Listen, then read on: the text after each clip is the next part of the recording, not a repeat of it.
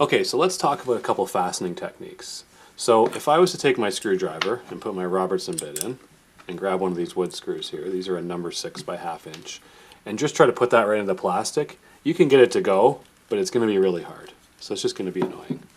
So what you can actually do is take a drill bit and take your piece that you want to mount and just mark in the holes. You don't have to worry about drilling your holes really, just marking it.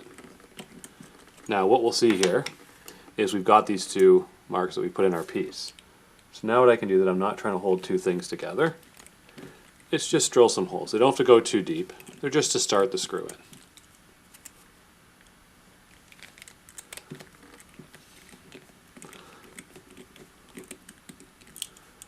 And that's it.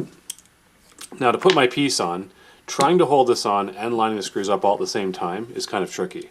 So what I'm going to do instead is take my number 1 bit and I'm going to put the screws into the piece first.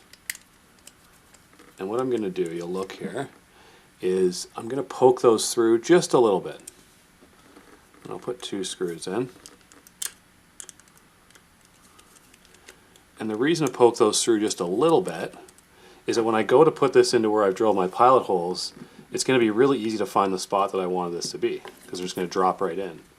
And then it becomes really easy to just put the screws in there.